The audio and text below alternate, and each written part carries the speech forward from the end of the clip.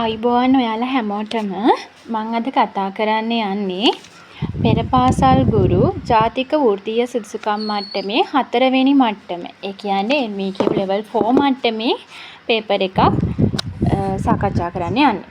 මේකට පේපර් එකට හම්බ වෙනවා පුතේ කාලය පැය 2ක්.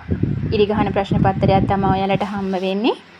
ඒ වගේම මේක ඔයාලා මේ පැය 2 හොඳින් කියවලා හොඳින් ප්‍රශ්න වලට උත්තර දෙන්න ඕනේ. හරියට අපි ගත්තොත් මේ ප්‍රශ්න වලට තියෙන උත්තර 4 අර අපි කියන්නේ නිවුන්නු බබාලා වගේ කියලා. අන්න නිවුන්නු වගේ තමයි මේ උත්තර ඇවිල්ලා තියෙන්නේ. එතනදී අපි දැන් කතා කරන්න ගත්තොත් පුතේ එකේ ඉඳන් ප්‍රශ්න 50ක් තියෙනවා ඔයාලට ඉරි ගහන්න. ඒ වගේම ඔයාලට කොටු කොලයක් දෙනවා මාක් කරන්න. එහෙම නැත්නම් දැන් මේ වෙනකොට ඔයාලට කම්පියුටර් බේස් එකෙන් ටික් එකක් දාන අන්නේ විදිහට තමයි එන්නේ. හොඳද?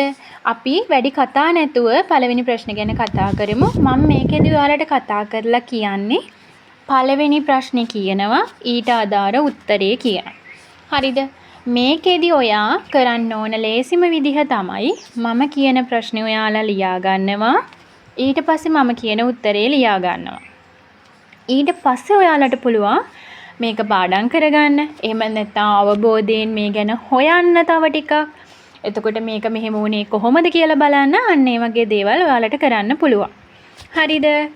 ඒ වගේම දැන් මේ ළඟදී යනවා එක්සෑම් එකක් මම හිතන විදිහට. ඒ එක්සෑම් එකටත් මේ ප්‍රශ්න ටික ඔයාලට ප්‍රයෝජනවත් වෙයි කියලා මම හිතනවා. හරි. වැඩි කතා නැතුව අපි යමු පළවෙනි ප්‍රශ්නෙට. හොඳද? මේ ප්‍රශ්නේ ඔයාලා මං කිය විදිහට පරණ පොතක් ගන්න, ලියා ගන්න. ප්‍රශ්නේ උත්තරේ විදිහට.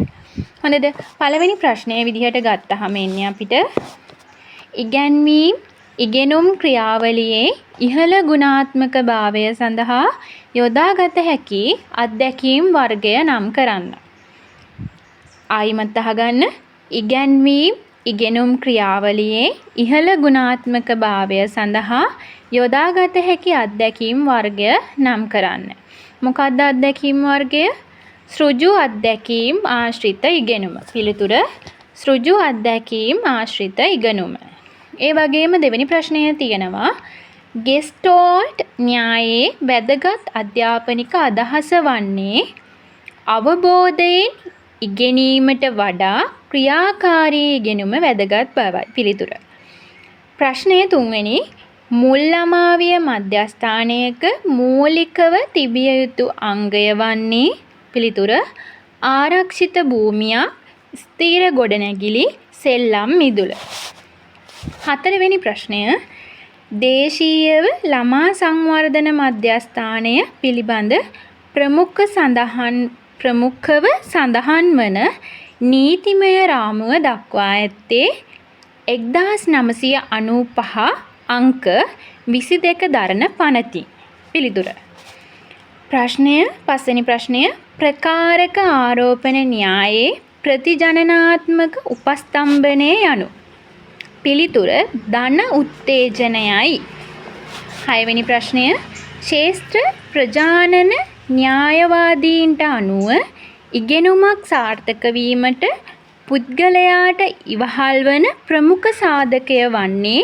පිළිතුර ඉගෙනුම සඳහා ව්‍යූහයක් සැකසීම. හත්වෙනි ප්‍රශ්නය ඉගෙනුම් න්‍යායන් අතර සම්භාව්‍ය ආරෝපණ න්‍යාය ඉදිරිපත් කරනු ලැබුවේ. උත්තරය අයිවන් පැවුලෝ. ප්‍රශ්න 7ක් අපි සාකච්ඡා කරා. ප්‍රශ්න සහ පිළිතුරු කිව්වා. 8වෙනි ප්‍රශ්නය මොළයට ඉගෙනුම් සංඥා ලැබෙන ප්‍රධාන මාර්ගය වන්නේ. උත්තරය පංචේන්ද්‍රිය ස්පර්ශය මොළය. 9වෙනි ප්‍රශ්නය ශිෂ්‍යයාට යම් අත්දැකීමක් ලබා ගැනීම සඳහා වාර ගණනාවක් නිවැරදි කිරීම සිදු කරමින් ඉගෙනුමට සැලැස්වීම යනු තැත්වරද ක්‍රමය. පිළිතුර 10වෙනි ප්‍රශ්නය පෙර පාසලේදී යොදාගත හැකි ඉගැන්වීම් ක්‍රමවේද ඇතුළත් වඩාත් නිවැරදි කාණ්ඩය වන්නේ. පිළිතුර නිරීක්ෂණ ක්‍රමය, විනෝදජනක ක්‍රීඩා, වාචික වාර්තාකරණය.